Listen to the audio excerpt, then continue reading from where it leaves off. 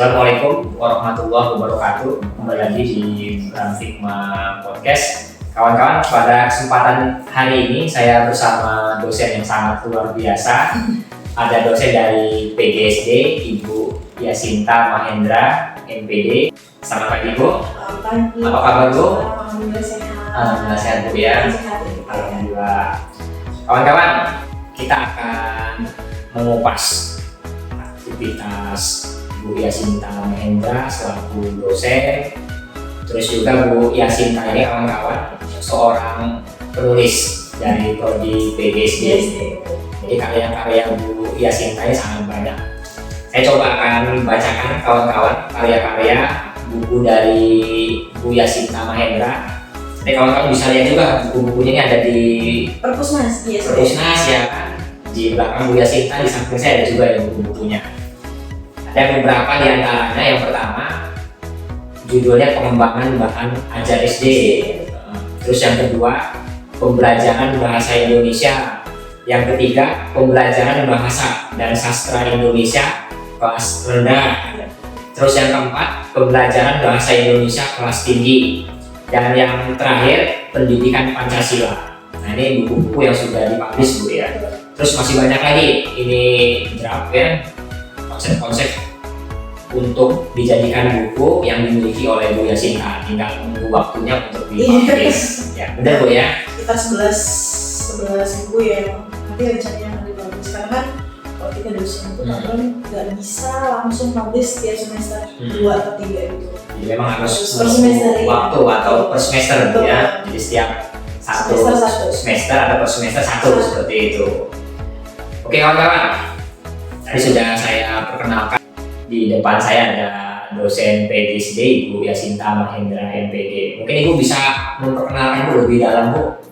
Ibu mungkin lahir di mana ya kan, aktivitas Ibu dulu mungkin sekolah atau kuliahnya di mana, Bu? Silakan, Bu. Ya baik, terima kasih Pak Bram ya. Atau Mas ini karena mudah sekali seperti.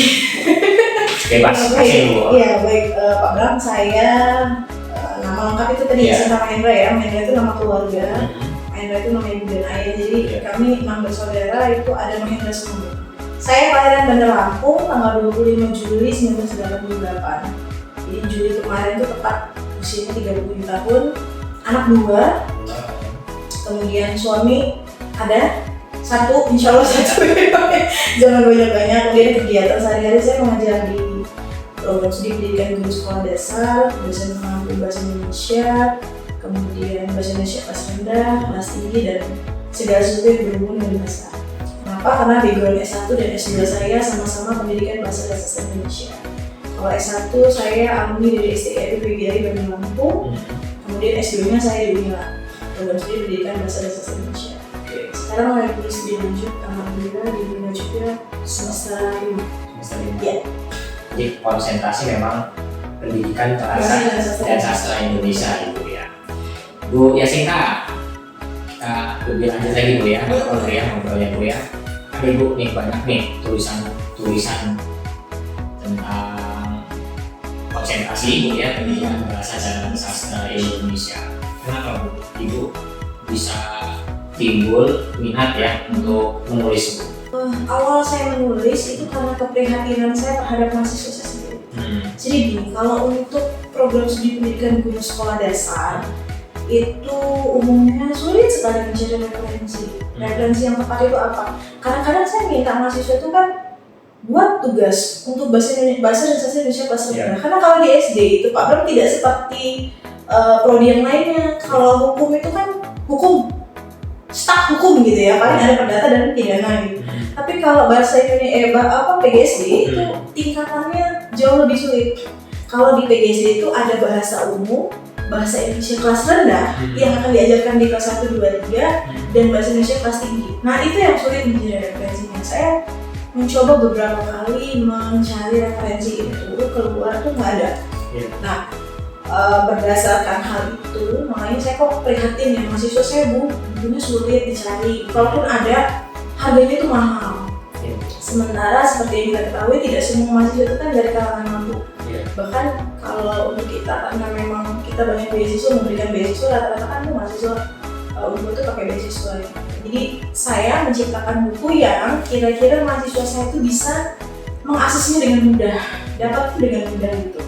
Dari situ dulu baru nanti saya berpikir untuk hal yang lain. Yang penting pada prinsipnya mahasiswa saya dulu terbantu gitu untuk mencari referensi. Itu sih kalau ditanya latar belakang kenapa gitu kok nulis buku gitu. Kenapa tidak yang lain? Kalau kita dosen kan artikel ya, artikel. Satu buku kebetulan saya habis yang cetaknya, arsipnya habis. Satu buku namanya buku penyusunan esai. Itu salah satu buku yang saya dapat dari hibah pemerintah.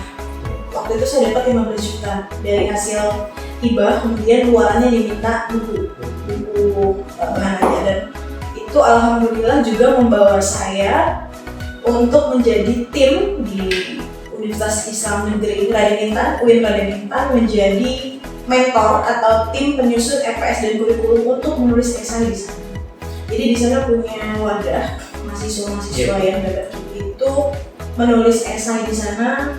Saya diminta untuk mementori mereka gitu, berdasarkan hasil buku yang saya tulis sendiri gitu. Jadi nggak susah-susah cari referensinya. Itu nih Pak. Siap. Jadi kawan-kawan, Ibu Yasinta memang sangat produktif ya, bisa dibilang. Jadi memang selaku dosen dia membuat karya sendiri untuk mahasiswa-mahasiswinya. Jadi nggak usah mahasiswa itu pusing-pusing, bingung-bingung, dosennya memiliki referensi sendiri untuk bisa dibaca seperti itu. Terus tadi Bu Yasinta juga kawan-kawan perlu diketahui, selain dosen di Prodi PGSD, Pendidikan Guru Sekolah Dasar, beliau juga, Bu Yasinta juga, ini selaku sekretaris LPM, Lembaga Penjamin Mutu Universitas Muhammadiyah Kota Bumi. Terus juga tadi Bu Yasinta juga aktif ya, bukan hanya di UMPO, bukan hanya di Universitas Muhammadiyah Kota Bumi, tapi di UIN Real ya, Raden Intan Lampung, sebagai dosen luar biasa juga Bu ya. Iya, 2016 sebetulnya sebelum di sini justru saya aktifnya di sana. Dari 2016 ya, selesai S2 memang di sana. Sekarang masih memberikan materi-materi juga kuliah Bu ya. Masih dimintai bantuan oleh masih diberikan SK perpanjangan terus Bu ya. Terus juga kawan-kawan, Bu Yasinta juga ini sebagai mentor penulisan karya tulis ilmiah Bu ya. Terus juga Bu Yasinta juga ini memiliki keterampilan ya untuk membantu dosen-dosen untuk membuat RPS, silabus dan seterusnya. Benar Bu ya? Untuk karya tulis ilmiah dan esai. Oke. Kawan-kawan, inilah gudang talent atau keterampilan yang dimiliki dosen UMPO, salah satunya Bu Yasinta Mahendra MPD. Bu, kita lanjut lagi Bu. Untuk buku-buku yang ada, buku-buku yang Ibu sudah buat. Nah, yang menarik Bu, dari buku-buku yang Ibu sudah buat, yang sudah dipublish, yang bisa Ibu share, buku yang mana? Kalau yang paling menarik, semua buku menarik karena menulis itu kan tidak semudah membalikan telapak tangan jadi gitu. Seperti ini contohnya kan 200 sekian halaman ya, 292 sampai 300 halaman. Nah kalau ditanya bagian mana yang menarik dari buku itu, semuanya menarik karena semua itu punya historis. Tapi yang paling menarik bagi saya adalah buku penulisan esai karena dibiayai dari pemerintah, dapat hibah gitu dari pemerintah gitu. Jadi ada upah lelah kita sebagai seorang penulis itu nulis gitu. Nah kemudian kalau ditanya lagi buku apa yang paling spesial, ini saya menulis bersama dengan Pak Rektor UMPO ya, dengan juga Pak penelitinya Pak Dr. Sumarno. Jadi di dalam buku ini pengembangan bahan ajar ini SD ya, pengembangan bahan ajar SD ini kalau di perguruan tinggi lain hanya membahas bagaimana pembuatan pengembangan bahan ajar. Tapi di dalam buku ini khusus untuk guru SD yang akan mengajar di SD. Sehingga kalau ditanya kekhasan buku saya, ya itu masuk ke prodi memang yang saya ampuh gitu, PGSD. Karena kalau bahasa Indonesia umum itu banyak ya gitu. Tapi kalau bahasa Indonesia kelas rendah, kelas tinggi gitu, itu masuk ke dalam jurusan PGSD. Kemudian pengembangan bahan ajar SD itu memang khusus untuk guru-guru SD.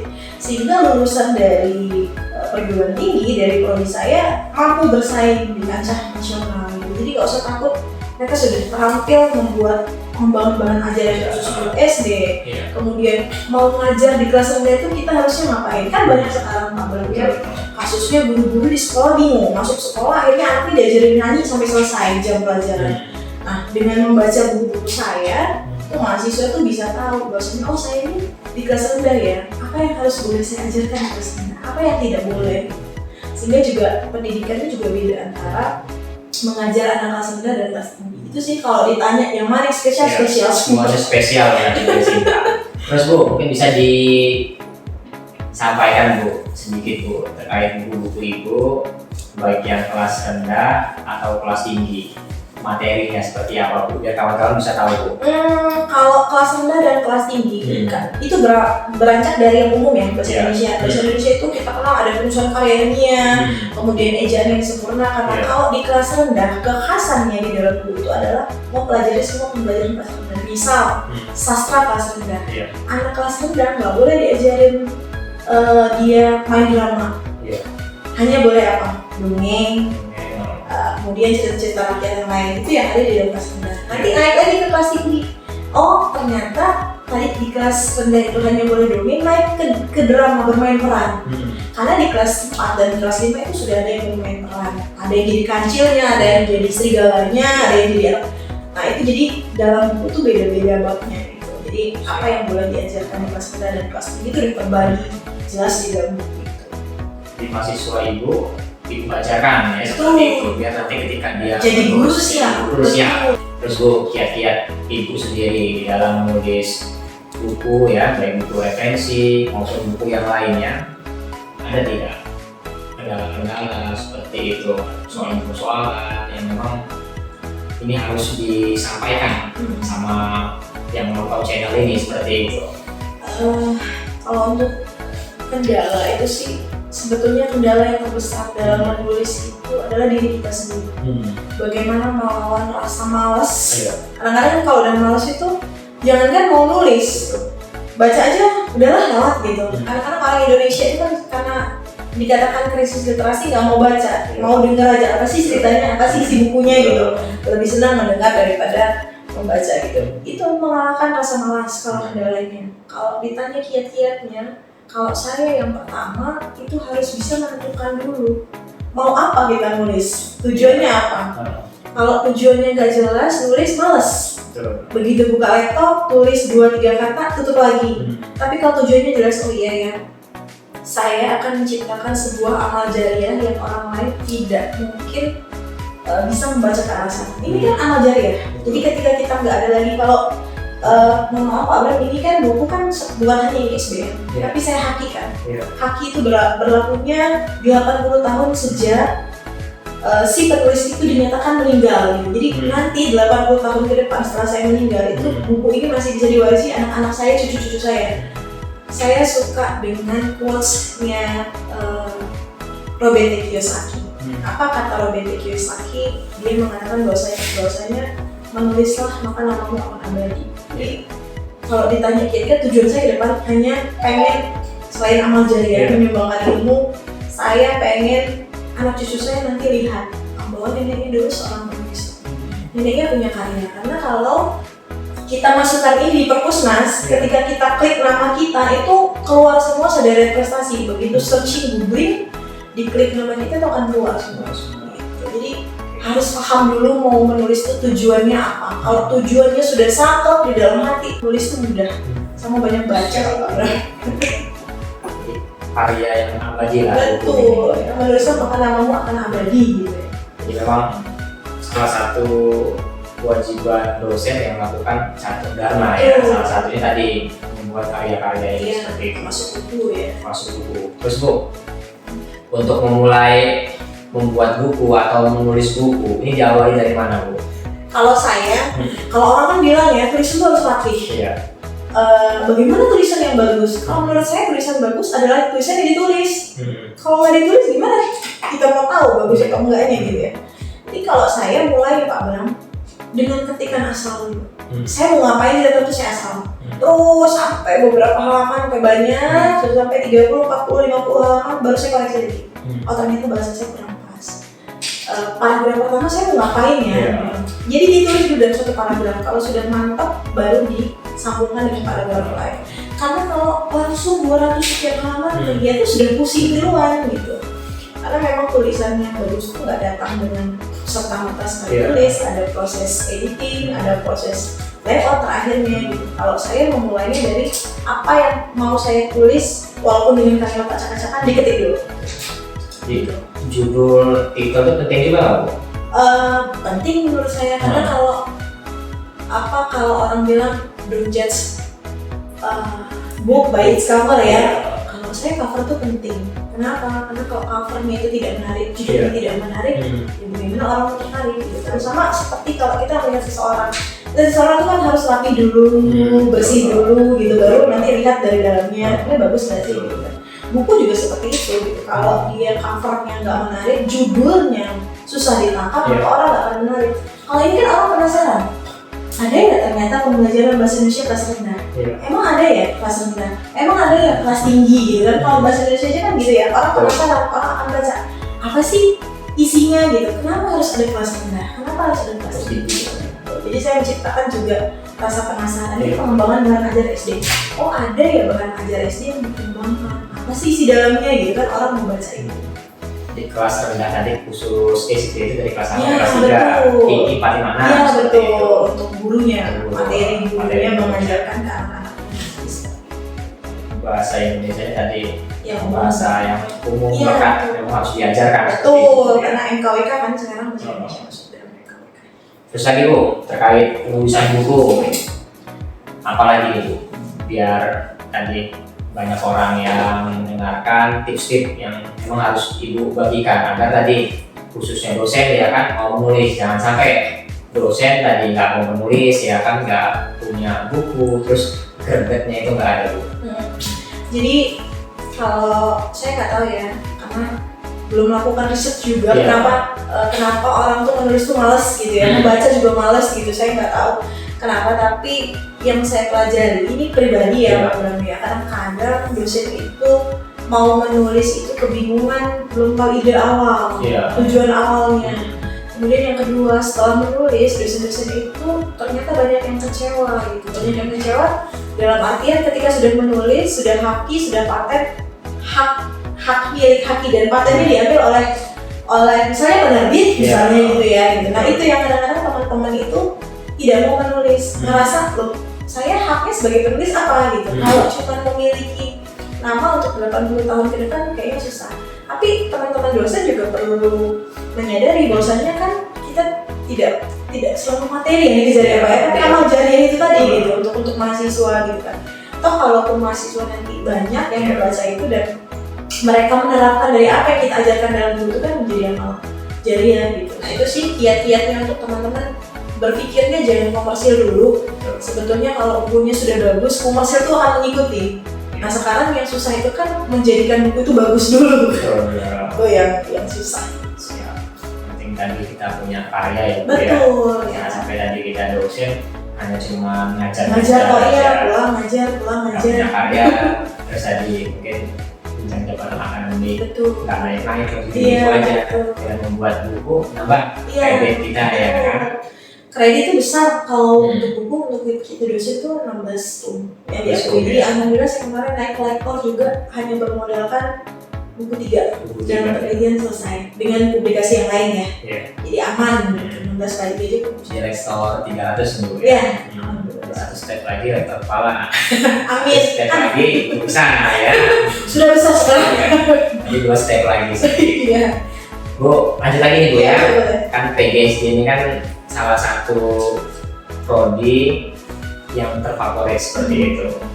Jadi banyak nih mahasiswa-mahasiswa yang masuk di prodi PGSD, pendidikan guru sekolah dasar.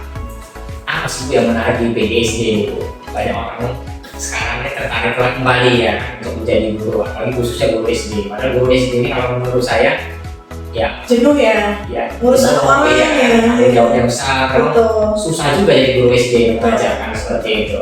Identik ya, karena kalau kita juga sebagai orang tua, mungkin Pak Bram orang tua, saya orang tua, kita kadang-kadang ngajarin anak-anak itu geget ya. Tapi ada satu pembelajaran yang memang menarik juga di PGSD selain kita mempelajari tingkatan anak tuh ternyata tidak boleh dipaksa ya. Ternyata kita juga belajar psikologi anak, namanya ilmu perkembangan anak. Jadi di dalam PGSD kita seperti psikolog, belajar juga ilmu perkembangan anak. Kalau di prodi yang umum mungkin tidak ada untuk mempelajari karena kan tujuannya anak SMA ya. Kalau ini kita mau ngajar di SD, kita harus tahu dulu gimana psikologi anak. Makanya PGSD itu menjadi sebuah prodi yang favorit. Bahkan saya dengar kabar itu kedepannya nanti yang mau jadi PNS atau P3K di SD itu wajib lulusan dari PGSD. Karena cara mengajar, ilmu jiwa, kita ketemu dengan anak, ngobrol dengan anak itu memang berbeda gitu antara PGSD dengan yang bukan lulusan PGSD mengajar di SD. Ya betul. Gitu. Makanya itu yang membuat mahasiswa itu ternyata setelah didalami, oh ternyata enak ya. Kemudian pengembangan bahan ajar, media ajar gitu ya. Nah media ajar di SD itu ternyata setelah diselami menarik. Kemudian mereka mencari judul skripsinya juga mudah. Setelah mempelajari mata kuliah pengembangan bahan ajar atau media pembelajaran bisa jadi bahan skripsi. Jadi mereka nggak pusing lagi mencari, jadi double kerja satu kali, tapi luarannya bisa banyak gitu. Artikel yang meneliti tentang anak SD, literasi membaca itu kan sekarang kan jadi PR pemerintah, makanya ada program KM kan yang salah satunya juga literasi ya Pak. Itu yang susah, bagaimana cara membuat anak SD itu minat belajarnya naik. Makanya prodi PGSD itu paling diminati sekarang. Terus juga tadi kayak prodi PGSD memang skopnya ini ya mengajar SD, benar ya? SD, SD. Terus Bu, di prodi PGSD sendiri itu ada konsentrasi atau jurusan gitu Pak? Apa memang SD lingkupnya semua keseluruhan atau tadi SD ada bagian-bagiannya seperti itu? Nah kalau untuk di SD justru semua bagian jadi satu, spesialnya lagi ya. Jadi kalau di prodi lain bahasa Indonesia, dia mempelajari bahasa Indonesia, fonetik, morfem gitu ya. Tapi kalau di dalam PGSD, IPA dia pelajari, IPS dia pelajari, matematika dia pelajari, bahasa Indonesia dia pelajari, agama dia pelajari. Jadi satu, namanya guru kelas. Jadi PGSD itu memang multi talent. Jadi 5 keilmuan, 6 keilmuan jadi satu, mereka boleh mengajar. Jadi bisa dibilang output nanti mahasiswa PGSD ketika dia mengabdi di sekolah dasar harus bisa. Betul, menguasai keterampilan itu karena dia bukan hanya sekedar guru pelajaran seperti bahasa Inggris, bahasa Indonesia, matematika, tapi semua pelajaran karena wali kelas ya, guru kelas, namanya guru kelas semuanya harus bisa. Itu bukan juga kawan-kawan jadi mahasiswa PGSD. Jadi bukan hanya satu aspek aja seperti itu, tapi segala aspek memang harus dipahami seperti itu. Jadi ada berapa SKS Bu untuk menjadi atau mendapat gelar sarjana pendidikan khusus PGSD? Itu SKS-nya sekitar 148 sampai 150.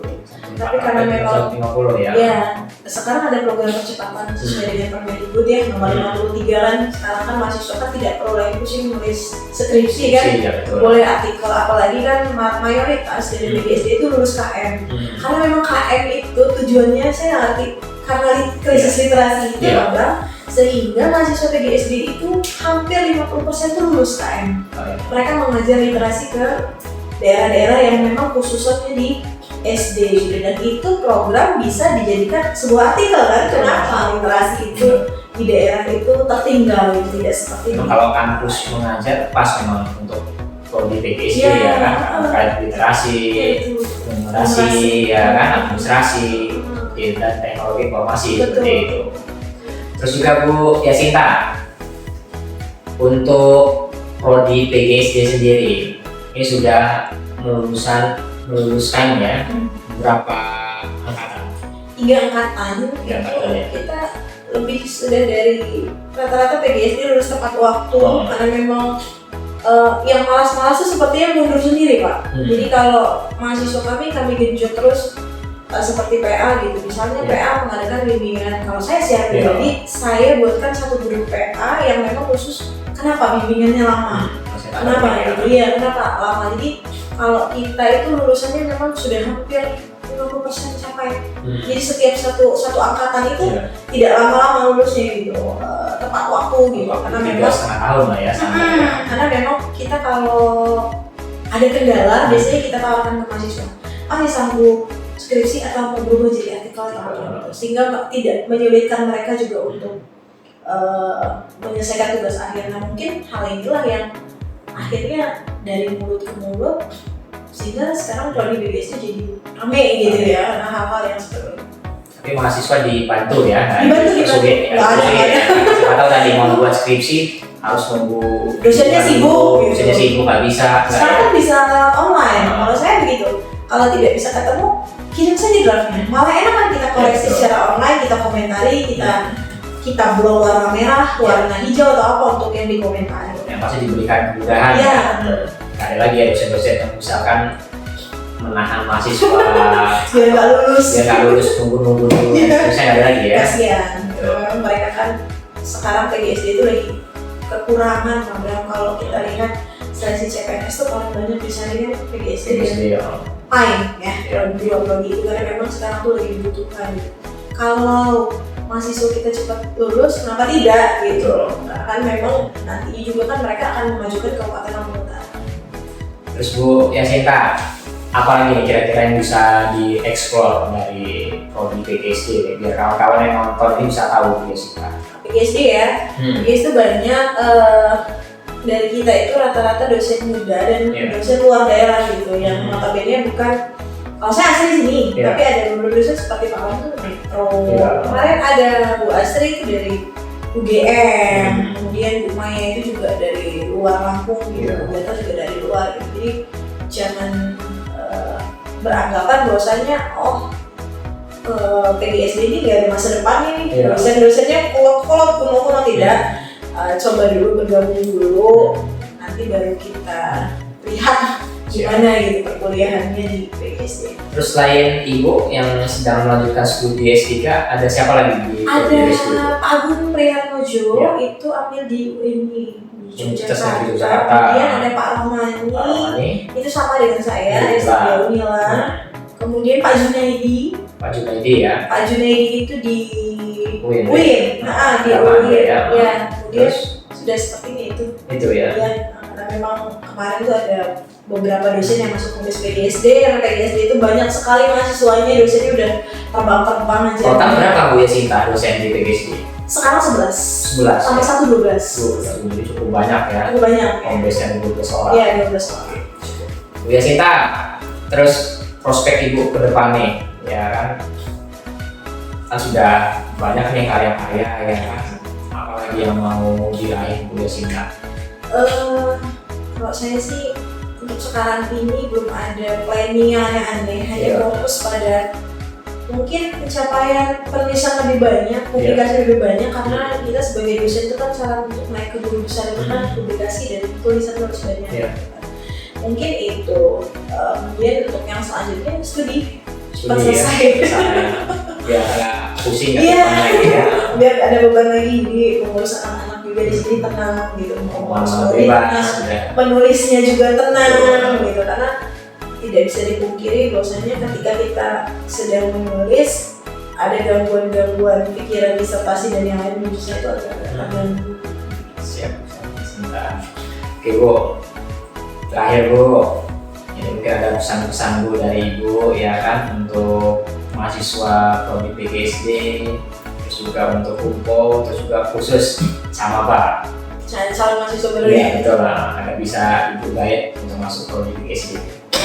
Baik, untuk mahasiswa saya itu tadi yang saya sampaikan Pak Bram, menulis, jangan takut menulis, karena menulis itu nama kita abadi. Karena sekarang kan zamannya zaman sosial media, sehingga apapun itu bisa search di publik gitu kan. Apakah prestasi kita, karya kita itu untuk mahasiswa, jangan takut untuk menulis, karena menulis itu menguntungkan Pak Bram. Termasuk hibah-hibah kita dosen itu didapatnya dari menulis proposal hibah dan yang lain-lain gitu, penelitian. Sehingga saya sudah menawarkan beberapa kali memang dengan mahasiswa kalau mau menulis dengan saya juga boleh. Kita nanti gabung menulis puisi boleh, jadi dari beberapa tulisan puisi kita gabung menjadi sebuah buku puisi atau yang lain-lain sesuai dengan keinginan saya itu untuk mahasiswa. Kalau untuk teman-teman dosen, mudah-mudahan Allah kasih kemudahan untuk menulis, kemudian tentukan dulu mau menulis apa. Iya. Niatkan menulis itu untuk mencari amal jariah juga. Iya. Jadi kalau sudah kita niatnya bagus, Iya. insya Allah uang itu mengikuti, rezeki itu mengikuti gitu. Jadi jangan takut bahwasanya buku kita akan mubazir, karena kita punya perpustakaan. Alhamdulillah buku ini juga ada di perpustakaan, jadi mahasiswa kan baca. Yang mau itu untuk kalau untuk Camaba, selamat datang, selamat bergabung. Yang belum bergabung, ayo join di PGSD Universitas Muhammadiyah Kota Bumi. Dengan tenaga-tenaga pengajar yang profesional, handal, tentunya friendly, karena memang rata-rata pengajar di PGSD itu masih muda-muda Pak Bram, masih seumuran kita. Jadi tidak ada istilah menemui dosen itu sulit, tidak ada istilah dipersulit, tidak ada istilah lama atau lambat, karena satu dan lain hal. Jadi jangan dengar kata orang, jalanin dulu baru kita tahu. Itu sih mungkin Pak Bram. Siap. Terima kasih nih Bu Yasinta sudah mau ngobrol-ngobrol, bincang-bincang santai di Dalam Hikmah Podcast. Next mungkin kita bisa lanjut lagi yang lebih dalam mengupas buku-buku Ibu seperti itu. Bedah buku judulnya. Bedah buku, benar. Minimal ada satu buku lah yang kita bedah seperti itu terkait apa saja bebas. Oke kawan-kawan, kita jumpa lagi di next episode dengan dosen-dosen yang ada di UNPO, dosen-dosen yang sangat luar biasa. Sekali lagi kami ucapkan terima kasih pada Bu Yasinta sudah mau ngobrol-ngobrol di Dalam Hikmah Podcast. Terima kasih juga saya sudah diundang. Siap, sama Bu. Saya akhiri. Wassalamualaikum warahmatullahi wabarakatuh.